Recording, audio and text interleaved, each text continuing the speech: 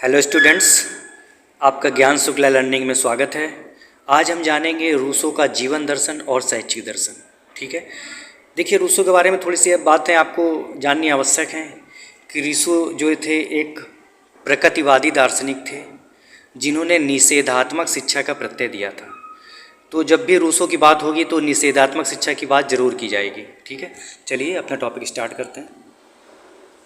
पहले हम जानेंगे रूसो का जीवन दर्शन। रूसो का पूरा नाम जीन रैक्स रूसो था। पूरा नाम क्या था? Jean Jacques Rousseau. रूसो शिक्षा सुधारक, राजनीतिक सुधारक और समाज सुधारक थे।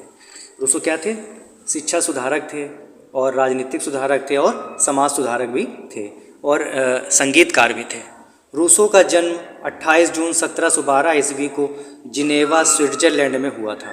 रूसो का जन्म कब हुआ था? 18 जून 1712 ईस्वी को कहाँ पर हुआ था? जिनेवा। जिनेवा कहाँ? स्विट्जरलैंड में हुआ था। नेक्स्ट है, उनके पिता घड़ी साज थे, मतलब घड़ी के कारीगर थे, तथा उनकी माता का देहांत इनके जन्म के बाद ही हो गया था। इनके पिताजी क्या करते थे? घड़ी सुधारने का काम करते थे और इनकी माता जो थी इनकी जन्म लेते ही मृत्यु इनकी हो गई थी। इनका पालन पोषण इनकी चाची ने किया। चाची ने पालन पोषण किया। इन्होंने 6 वर्ष की आयु में ही उपन्यासों को पढ़ना आरंभ कर दिया था, जिससे उनमें मूल प्रवृत्तियों का विकास हो गया था। देखिए, चूँकि इनकी माता का जो देहांत है इनके जन्म के बाद ही हो गया था, तो इनका पालन पोषण इनकी चाची ने किया। अब जब माँ बाप के अलावा कोई दूसरा पालन पोषण करता है तो बच्चे पर ज़्यादा ध्यान नहीं देता है, जिससे क्या हुई, इन्होंने 6 वर्ष की अवस्था में ही क्या उपन्यास वगैरह को पढ़ना प्रारंभ कर दिया था। नेक्स्ट है, विद्यालय शिक्षा इनको आकर्षित नहीं कर सकी क्योंकि वहाँ पर कठोर अनुशासन होता था। विद्यालय जाते थे तो इनका मन नहीं लगता था। क्यों? क्योंकि वहाँ पे अनुशासन होता था, जिससे ये अपना जीवन आवारागर्दी में व्यतीत करने लगे। जब विद्यालय नहीं जाएंगे तो क्या करेंगे? आवारागर्दी करेंगे, जिससे इन पर आरोप भी लगे, जिससे परेशान होकर वो फ्रांस चले गए। देखिए, पहला क्या होता है, इनकी माता का जन्म जो देहांत होता है इनके जन्म के बाद ही हो जाता है, तो इनका पालन पोषण इनकी चाची करती हैं। जब चाची करती है तो इनको ज़्यादा ध्यान नहीं दिया जाता। स्कूल जाने में आनाकानी करते हैं। ठीक है, स्कूल नहीं जाते हैं क्योंकि वहाँ पर कठोर अनुशासन है। तो फिर क्या करते हैं, ये उपन्यास पढ़ते हैं जिसमें इनके कुछ बुराइयाँ इनके अंदर आ जाती हैं, जिससे परेशान होकर इन पे आरोप भी लगाए जाते हैं। लोग आरोप लगाते हैं, जिससे परेशान होकर क्या होते हैं, ये फ्रांस चले जाते हैं। चलिए अब आगे देखते हैं। फ्रांस में उनकी रुचि साहित्य में बढ़ी और उन्होंने लॉक, प्लेटो, हॉब्स, वॉल्टियर के ग्रंथों का अध्ययन किया। फ्रांस में क्या होता है, वहाँ का जो उस समय माहौल था वो बहुत कठोर माहौल था। ठीक है, तो वहाँ पर क्या करते हैं, ये जो प्लेटो, हॉब्स, वॉल्टियर जो होते हैं इनके क्या करते हैं, उपन्यास या इनके ग्रंथों का अध्ययन करते हैं। सन 1749 में 49 और 1754 में उन्होंने डिजाइन एकेडमी में निबंध प्रतियोगिता में हिस्सा लिया और उन्होंने फर्स्ट प्राइज़ भी जीता, जिससे इनकी प्रसिद्धि फ्रांस में बढ़ने लगी। देखिए, ये जो है आपका जो 1949 में इन्होंने डिजाइन एकेडमी में इन्होंने निबंध लिखा था और उस पर जो हिस्सा लिया था, जिनको इनको फर्स्ट प्राइज़ मिला था, ये यहाँ से इनकी क्या होती है, यहाँ से इनकी प्रसिद्धि बढ़ना प्रारंभ होती है फ्रांस में। ठीक है, तो ये इनके जीवन का क्या है, एक मोड़ है जहाँ से इनको प्रसिद्धि मिलनी स्टार्ट होती है, रूसो का जीवन बनना प्रारंभ होता है। इनकी मृत्यु 2 जुलाई 1778 में हुई। जो जीन जैक्स रूसो थे, इनकी मृत्यु 2 जुलाई 1778 में हुई। जब इनकी मृत्यु तभी कितने वर्ष के थे? 66 वर्ष के थे। ठीक है, चलिए अब आगे देखते हैं। अब हम बात करेंगे शैक्षिक दर्शन की। ठीक है, पहले हम बात करेंगे शिक्षा का अर्थ। देखिए, शिक्षा का अर्थ, शिक्षा, सच्ची शिक्षा वह है जो मनुष्य के अंदर से प्रस्फुटित होती है। यह उसकी अंतर्निहित शक्तियों की अभिव्यक्ति है। वो कहते हैं सच्ची शिक्षा वो है जो मनुष्य के अंदर से प्रस्फुटित होती है, मतलब अंदर से बाहर निकलती है, उसकी अंतर्निहित शक्तियों की अभिव्यक्ति है। ठीक है, नेक्स्ट है, यह निषेधात्मक शिक्षा के समर्थक थे तथा 12 वर्ष तक की शिक्षा देने के पक्ष में नहीं थे। ये पहले हमने आपको बताया पहले भी कि निषेधात्मक शिक्षा के क्या थी, समर्थक थे, या निषेधात्मक शिक्षा का प्रत्यय ही इन्होंने दिया। ठीक है, और ये चाहते थे कि जो बच्चे उनको 12 वर्ष तक कोई भी शिक्षा न दी जाए। अब हम बात करेंगे शैक्षिक विचारों की। पहला विचार है, तत्कालीन शिक्षा को कृत्रिम मानते थे। गलत लिखा हुआ, कृत्रिम है, कृत्रिम मानते थे। जो उस समय शिक्षा व्यवस्था प्रचलित थी वो कैसी शिक्षा व्यवस्था थी? आदर्शवादी थी। उसमें बहुत कठोर अनुशासन होता था। तो ये क्या उसको उस शिक्षा को क्या मानते थे? कृत्रिम मानते थे। ठीक है, शिक्षा मन मस्तिष्क का स्वतंत्र विकास है। इनका विचार ये था जो शिक्षा है वो क्या है? मन और मस्तिष्क का स्वतंत्र विकास है। मतलब क्या है? मन और मस्तिष्क को स्वतंत्र रूप से छोड़ देना चाहिए, उससे अपने आप वो शिक्षा उसको उसके अंदर से बाहर निकलेगी। नेक्स्ट है, ये प्रकृतिवादी विचारक थे, समाज को सभी बुराइयों की जड़ मानते थे। ये प्रकृतिवादी विचारक थे, हमने आपको बताया, और समाज को क्या करते थे, ये सभी बुराइयों की जड़ मानते थे।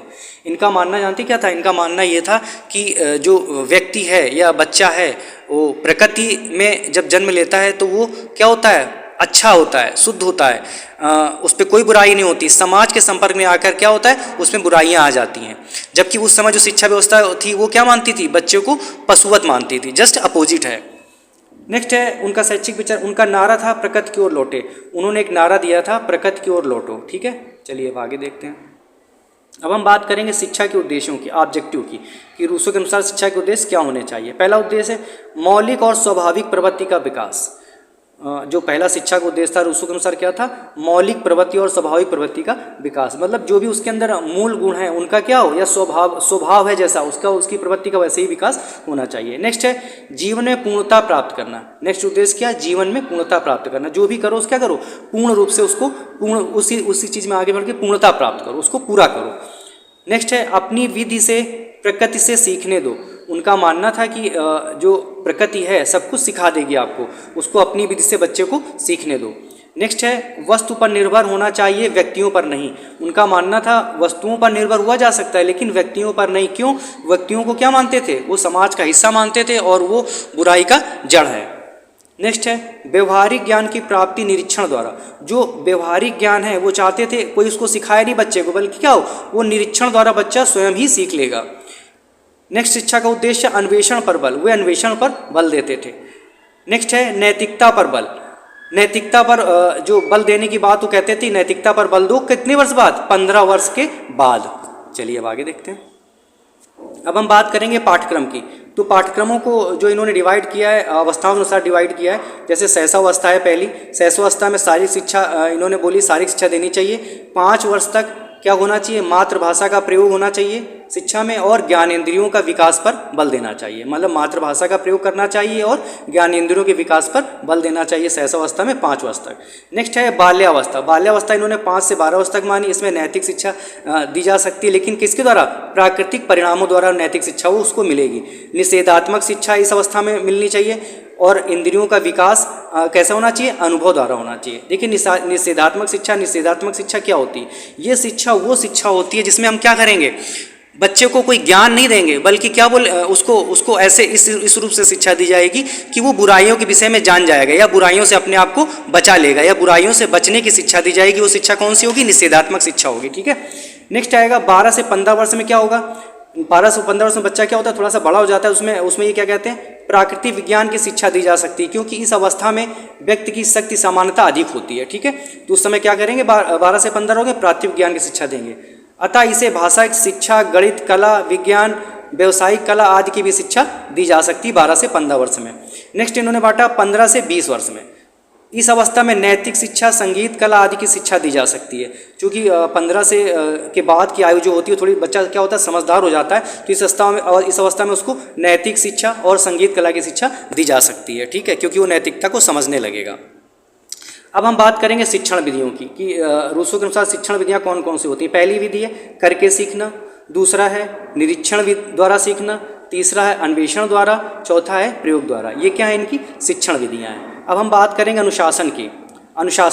अनुशासन नहीं चाहते थे। पहली बात तो अनुशासन चाहते नहीं थे, तथा अनुशासन यदि हो भी तो किसके द्वारा, प्रकृति द्वारा अनुशासन चाहते थे, या प्रकृति के परिणामों द्वारा अनुशासन चाहते थे। मतलब वो अनुशासन को महत्व तो नहीं देते थे, और ये मानते थे कि जो प्रकृति है स्वयं ही अनुशासित कर देगी, बच्चे को स्वयं ही अनुशासित कर देगी, या जो उनके प्राकृतिक परिणाम होंगे उसके द्वारा वो स्वयं ही बच्चा अनुशासित हो जाएगा। जैसे अगर कोई चीज़ गर्म है और बच्चा उसमें उंगली डालता है और उसकी उंगली जल जाएगी, तो क्या है, उंगली जल जाएगी तो दोबारा उसमें उंगली नहीं डालेगा। यानी प्राकृतिक परिणाम जो उसको अनुशासन में रहना सिखा देंगे। लेकिन कहीं ना कहीं ये जो परिणाम होंगे बहुत भयानक होंगे। ठीक है, चलिए अब देखते हैं विद्यालय कैसे चाहते थे।